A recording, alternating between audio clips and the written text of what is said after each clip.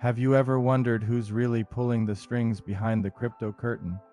Welcome to DatzCrypto, where we break it down. While headlines focus on Bitcoin, Ethereum, and meme coins, there's a much bigger player working in the background, one that doesn't chase the spotlight, one that doesn't tweet, one that's been silently building the foundation for the next evolution of money.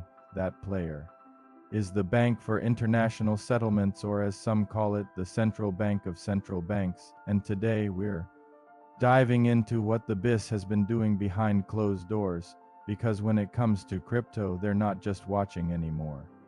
They're building. Let's break it down. Let's start with the basics. The Bank for International Settlements, or BIS, is an international financial institution headquartered in Basel, Switzerland. It was founded back in 1930 and acts like a global hub for central banks. If the Federal Reserve, the European Central Bank, and the Bank of Japan were kids in school, the BIS is the teacher they all quietly report to.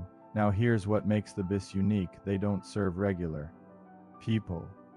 They don't do loans, they don't take deposits, and you can't invest in them. Their only job, helping central banks stay coordinated and informed. But lately they've taken a big interest in crypto. At first, the BIS was skeptical of cryptocurrencies, calling Bitcoin a Ponzi scheme, a bubble, and an environmental disaster. But over time, something changed. They realized the tech behind crypto could actually be used to upgrade the traditional financial system. They don't want to destroy it, they want to harness it, but on their terms. Enter Project Mabridge, Project Icebreaker, and Project Aurum, 3 BIS-led experiments that are changing how we think about money, borders, and control. Project Mabridge is one of the BIS's flagship projects. It's a joint experiment between the BIS Innovation Hub and 4 central banks, Hong Kong Thol and the Yuan China. So what is it?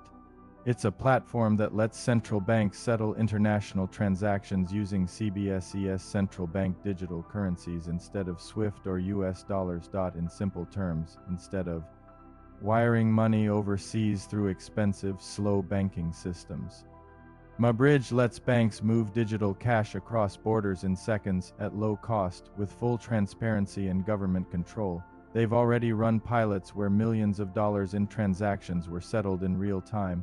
And here's the big idea: Mabridge could eventually replace SWIFT, the system currently used for global wire transfers. This is huge. If Mabridge scales, we're looking at a future where central banks can sidestep the dollar entirely when trading with each other. Decentralized. Not really efficient.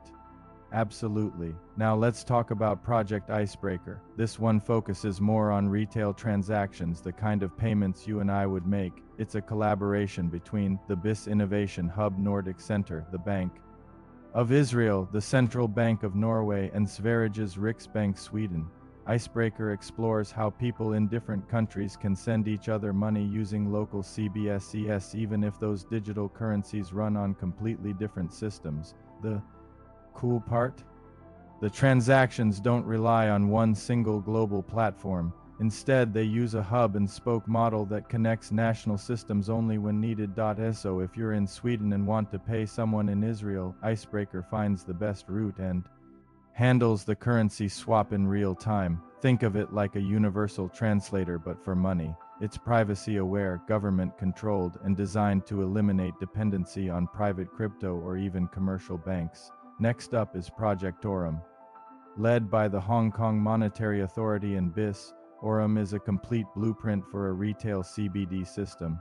But here's what's wild. It separates the CBD ledger, the part that tracks balances, from the tokenized cash, the digital version of bills and coins you hold. This design gives users privacy, flexibility, and real-time payments while giving central banks full oversight and control over money flows. Basically, you get to use digital cash that feels like crypto. But it's all government-issued, traceable, and programmable. This opens the door to money that expires or can only be used in certain ways.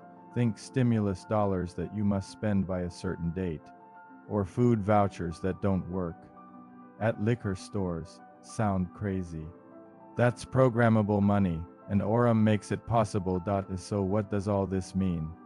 Let's zoom out. The BIS isn't interested in memes or moon coins. Their goal is to reshape the plumbing of the global financial system using blockchain tech, but without the volatility, decentralization, or anonymity that defines crypto today. They want the benefits of crypto fast settlement, low cost, borderless flow, but with central control baked in. And guess what? This new infrastructure is already being tested live by major governments. Once it's proven, it won't just be a pilot, it'll become the new normal. In 2023, the BIS dropped a bombshell concept, the unified ledger. It's a vision for a future where all financial assets, money, stocks, bonds, even real estate are tokenized and live on a shared global ledger. A ledger controlled by central banks, regulators, and trusted institutions. It's not just about digital dollars, it's about bringing everything into one programmable ecosystem where rules are enforced by code and compliance is built in by design. Imagine a world where taxes are deducted in real time when you spend, loans auto-adjust based on your behavior, and access to money can be restricted with a few keystrokes. This is the BIS dream, a future of total financial automation. Some say it's efficient, others say it's surveillance on steroids. So why should you care? Because while most of the world debates meme coins, regulation, and which altcoin will 100x, the real transformation is happening quietly behind the scenes. The BIS isn't betting on crypto. They're absorbing it, rebuilding it in their own image, and when these systems go live, it won't be optional. You'll either use the CBD infrastructure or be left out of the system entirely. So the next time someone says crypto is dead, show them Project Mabridge, show them Icebreaker, show them the BIS, because the game is changing not with a bang, but with a silent coded upgrade to the money system we thought we knew. The future isn't just digital. It's programmable, permissioned, and watching every transaction. Stay aware, stay prepared, and as always, question everything. Don't forget to like and subscribe. Make sure to comment what you think is going on.